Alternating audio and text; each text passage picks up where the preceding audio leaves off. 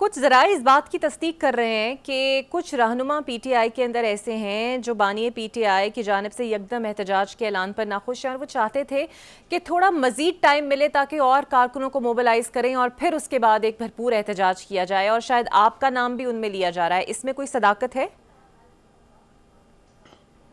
یہ سراسر جھوٹ ہے۔ میں نے تو احتجاج کے لیے 1 سال سے نعرے لگا رہا ہوں، اور میں تو سمجھتا تھا اور سمجھتا ہوں کہ احتجاج ہی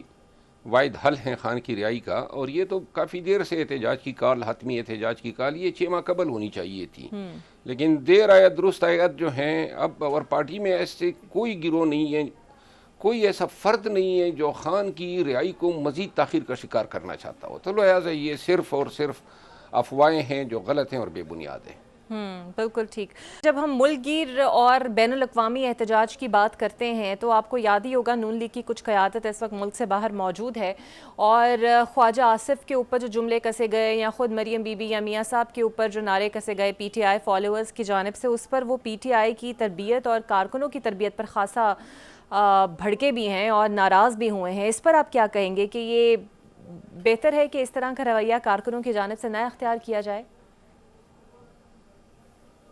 میں تو اس پہ بار بار کہہ چکا ہوں، خواجہ آصف صاحب پہ جو حملہ ہوا ہے یا جو ان کو گالیاں دی گئی ہیں اس کی میں مذمت کرتا ہوں، اور یہ اس کو پاکستان تحریک انصاف کی تربیت سے آپ نے جو بات کہی ہے، میں یکسر جو ہے اس کی تردید کرتا ہوں۔ جو بھی کوئی فرد تھا وہ اس کا انفرادی فعل تھا،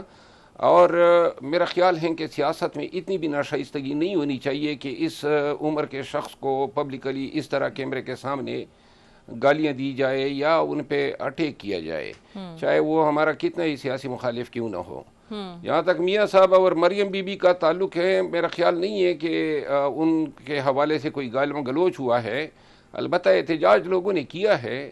اب یہ پاکستان میں جو پی ٹی آئی بھگت رہی ہیں اس میں ان کا تو کافی حصہ ہے، اور ان کے حوالے سے اگر پی ٹی آئی کوئی شائستگی سے احتجاج کرتی ہیں تو اس میں کوئی مذائقہ نہیں ہے۔ بالکل ٹھیک ہے۔ اچھا سر، اس احتجاج میں حماد اظہر، اسلم اقبال، مراد سعید سمیت وہ رہنما جو کافی عرصے سے رپوش ہیں وہ شامل ہوں گے؟ بقول آپ کی یہ فائنل کال ہے، تو اگر یہ فائنل کال میں اگر یہ رپوش رہنما منظر عام پر نہ آئے تو کیا صرف وہ وزارتوں کو بچانے کے لیے ہی تھے؟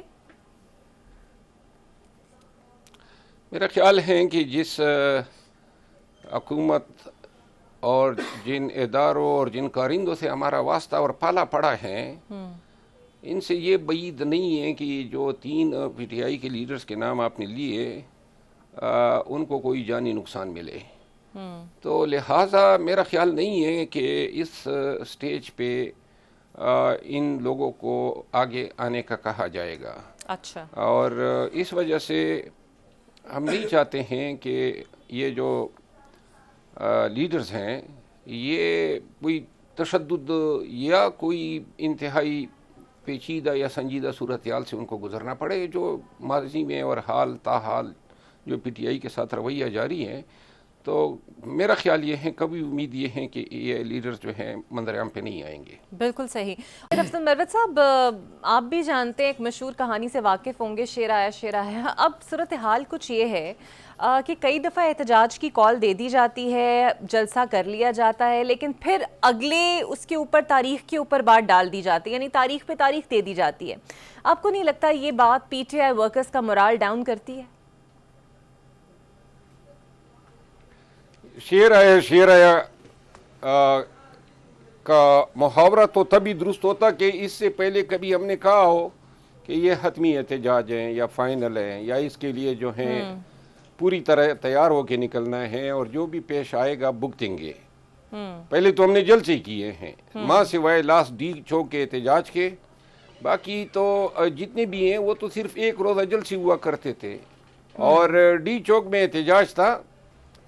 جو نتائج نہیں دے سکا۔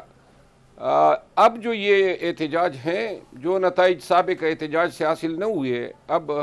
ہمیں امید ہے کہ وہ نتائج اس احتجاج سے حاصل کیے جائیں گے۔